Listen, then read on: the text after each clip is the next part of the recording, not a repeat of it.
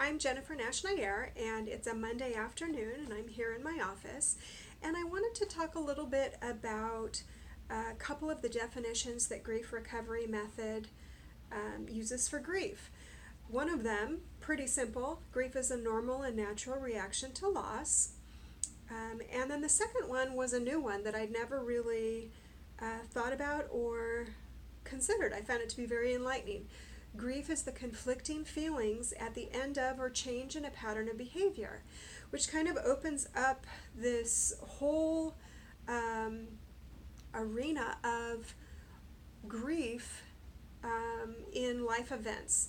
So grief recovery method talks about 40 life events that can cause grief, and usually this conflicting feeling.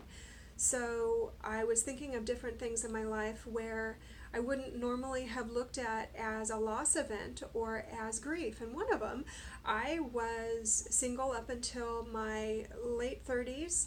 I met my now husband in my late 30s.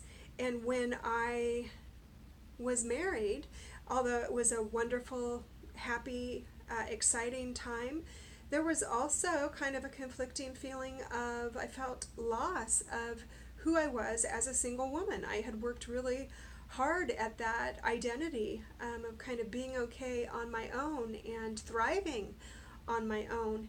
And you would think that, or I would have thought that it would have been a more natural transition. This is something that I always wanted, to be married. I always longed for, always looked for.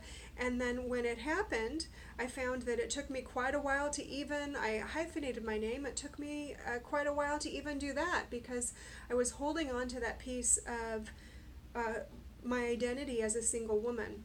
And so that's an example of a life event that normally we wouldn't look at as causing grief or that conflicting feeling, but that was my experience. And it also led me to kind of think of different life events that we probably don't look through a grief lens. I don't have children, but I know women who have children, obviously. And I don't know that this is a safe or a comfortable thing for women a lot of times to admit, that having a baby, or maybe it is comfortable, I don't know, but having a baby can be one of those loss events. Even though it's a wonderful thing to bring life into this world, there is a whole lot of loss in patterns of behavior, or a change in patterns of behavior when we have babies.